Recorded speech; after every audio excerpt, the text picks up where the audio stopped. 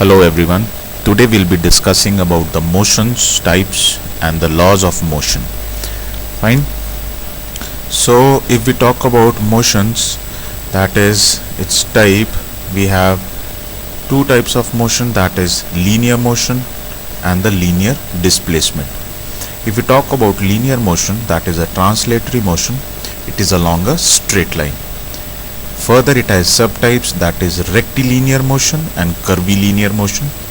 Rectilinear motion, that is motion occurring along the straight line, and curvilinear, it is along a curved line.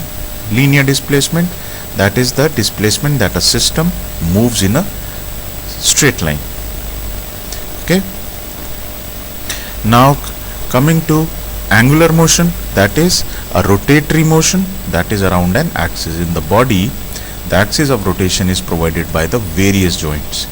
So, and we have linear and angular motions. And angular motion of the joint produces the linear motion of the walking. If we consider about the sports, that is, it is cumulative angular motion of the joints that imparts linear motion to a thrown object, that is ball or a shot put, or to an object that is struck with an instrument, that is in the cricket or in the lawn tennis with the bat and the racket. If we talk about displacement, what is displacement? It is an actual distance that an object has been displaced from its original point of reference. If we talk about distance, that is actual sum length of the measurement traveled. For example, object may have traveled a distance of 10 meters along a linear path in two or more directions, in two or more directions, but only be displaced from its original reference by 6 meters. If we take an example, now coming to displacements, we have angular displacement, that is the change in location of a rotating body. Similarly, linear displacement, that is distance that a system moves in a straight line. We talk about speed, it is how fast an object is moving or distance that an object moves in a specific amount of time. Similarly, if we consider velocity, it includes direction and describes the rate of displacement. These are the certain values which are describing the displacement and the distance. If we coming to the laws of motion, Newton's laws, which have an application to the physical education activities and sports as well, in considering in the normal daily activities also. First law is law of inertia, which we are very much aware of. First law, that is a body tends to be in motion at the same speed in a straight line unless acted on by a force, or a body at rest tends to remain at rest unless acted on by a force.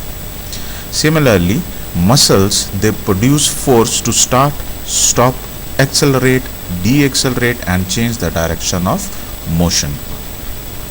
So what is inertia? It is a resistance to action or change. And if we consider the human motions or movement, inertia refers to resistance to acceleration or deacceleration, and it has tendency for the current state of motion to be maintained regardless of whether the body segment is moving at a particular velocity or is motionless. And it also has the reluctance to change the status. Only force can change the status of the body or the motion. Likewise, we have the greater an object's mass, the greater its inertia. The greater the mass, the more force will be needed to significantly change an object's inertia. Example, if we consider a sprinter that is in a 100-meter dash, in starting blocks must apply considerable force to overcome his resting inertia. Similarly, a runner on an indoor track must apply considerable force to overcome moving inertia and stop before hitting the wall. Thrown or struck balls requires force to stop them. Okay. Now, laws of inertia may, if we consider it more, the force is required to change inertia. That is, Any activity carried out at a steady pace is in a consistent direction will conserve the energy, and irregularly paced or directed activity will be very costly to the energy reserves, that is in a different direction. For example, if we consider the handball and the basketball, they are more fatiguing than the jogging or dancing. Second law, that is the law of acceleration, that is a change in the acceleration of the body occurs in the same direction as the force that caused it. The change in acceleration is directly proportional to the force causing it and inversely proportional to mass of the body.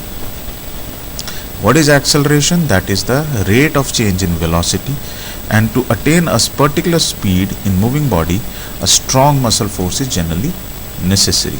Similarly, in the mass, it is the amount of matter in the body, and it affects the speed and acceleration in a physical movements. Likewise, a much greater force is required from the muscles to accelerate a 230-pound man than to accelerate a 130-pound man to the same running speed. It is quite understood.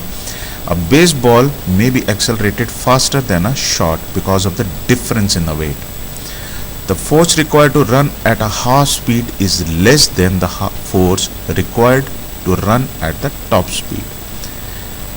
Similarly, to impart a speed to a ball or an object, the body part holding the object must be rapidly accelerated. Third law, law of reaction. For every action there is an opposite and equal reaction. As we place force on a surface by walking over it, the surface provides an equal resistance back in the opposite direction to the soles of our feet, and our feet push down and back while the surfaces push ups and forward. The force of the surface reacting to the force we place on it is ground reaction force. If we talk about this laws of reaction, we provide the action force while the surface provides the reaction force. So it is easier to run on a hard track than on a sandy beach due to the difference in the ground reaction of the two surfaces. And a track, it resists the runner's propulsive force, and the reaction drives the runner ahead. That's how there is an equal and opposite reaction depending upon the surfaces. Thank you for today.